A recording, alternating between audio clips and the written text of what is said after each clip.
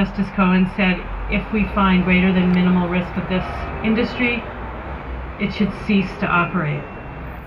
So we're going to ring the doorbell and deliver 11,712 signatures to Premier Christy Clark, asking her not to renew the salmon farm leases, particularly in Molina's territory. They're being faced with 18 salmon farm renewals right now.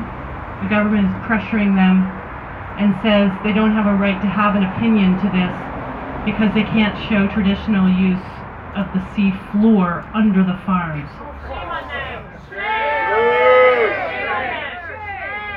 So here we go.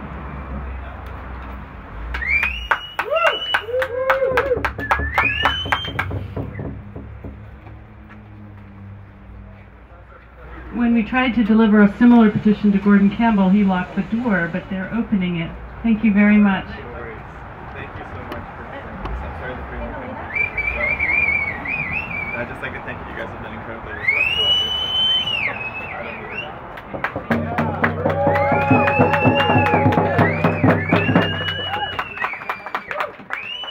Thank you, all of you, for coming. The wild salmon people, you're everywhere.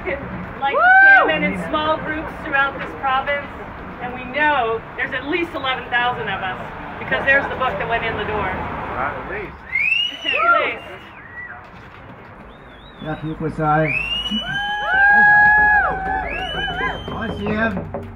What a beautiful day today. See all you beautiful salmon warriors come out and take a stand for wild salmon. My hands go up to each and every one of you for taking the commitment to spend some time and energy to be here today. We are on the Musqueam territory, and we honor and acknowledge the Musqueam territory here.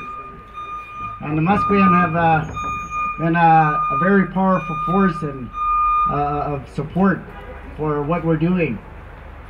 And it's beyond comprehension why before the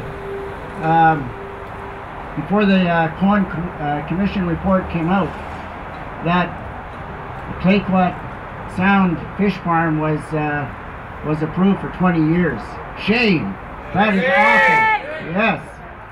And now we have the Cohen Commission come out with their report and with some 75 recommendations. Some of them were very, very strong recommendations related to open net feedlots. And Justice Cohen was very daring and courageous to cast his recommendations towards the favor of wild salmon. And so we need to honor those recommendations that he made. One of them recommendations was the precautionary principle. Now there's lawyers who will use the precautionary principle, interpret it in their own way, as to avoid removing those fish farms that are endangering not only the wild salmon but the marine environment as well. And one of the other principles that he promoted in his recommendations was the need for open, transparent consultations with First Nations people. Not only on the coast, but also all along the river, because the salmon that come from the headwaters down to the coast and swim out to the ocean, become big fish and come back, those salmon farms are affecting Aboriginal rights to an Aboriginal fishery, because deadly diseases, sea lice, pollution are all threatening the survival of wild salmon. And First Nations people need to be consulted about this, and all British Columbians need to take a stand to protect this precious resource that supports so much in our ecosystem. And so we are at a crossroads now. This is now a golden opportunity for Premier Christy Clark to take the right action, do the right thing, and not renew any of those leases.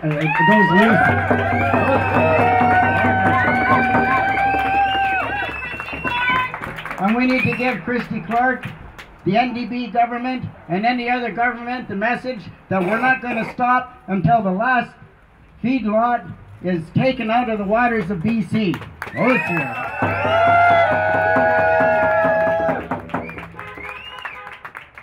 I just have a very quick comment for Christy Clark.